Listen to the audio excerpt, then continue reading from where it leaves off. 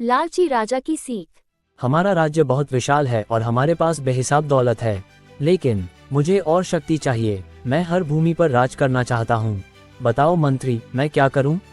महाराज, असली शक्ति तो प्रजा की सेवा में है। जितना आप उनकी मदद करेंगे, आपका राज्य उतना ही सुदृढ़ होगा। राजन, आपको इनकी बात सुननी चाहिए। लालच अंत में विनाश लाता है। बकवास, मैं हर राज्य पर राज करूँगा। दौलत और शक्ति ही सब कुछ है।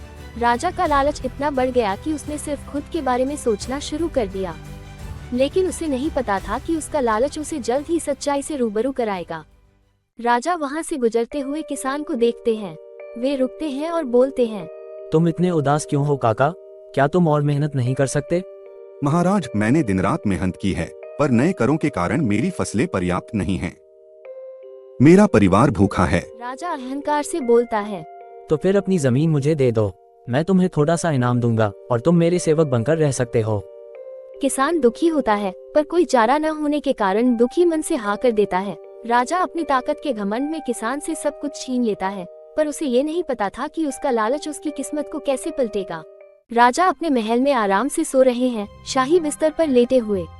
अचानक वो एक सपने में प्रवेश करते हैं जहाँ वो आसमान में उड़ रहे होते हैं। मैं उड़ सकता हूँ, मेरे पास सब कुछ है, शक्ति, दौलत, और अब मैं आसमान पर भी राज करता हूँ। ये क्या हो रहा है? मेरे पास तो सब कुछ था। सपने में राजा ने खुद को सब कुछ खोते हुए देखा।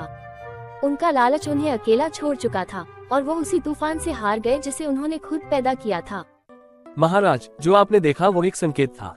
आपका लालच न केवल आपको बल्कि पूरे राज्य को भी बर्बाद कर देगा। आपकी प्रजा आपके कारण पीड़ित है। मुझसे बड़ी गलती हो गई है। मेरा लालच मेरी आंखों पर पर्दा डाल चुका था। अब मुझे क्या करना चाहिए? महाराज, सुधारने का समय अभी भी है। अपनी प्रजा की सेवा कीजिए। जब आप उनका भला करेंगे तो वो आपको ऊपर उठाएंगे। शक्ति का असली अर्थ दया में है, न कि लालच में। काका, मैं आपकी जमीन लौटाने आया हूँ और कर घटा रहा हूँ।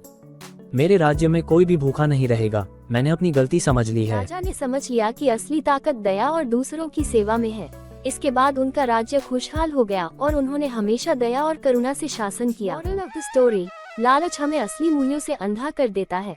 असली ताकत दूसरों की मदद करने में है।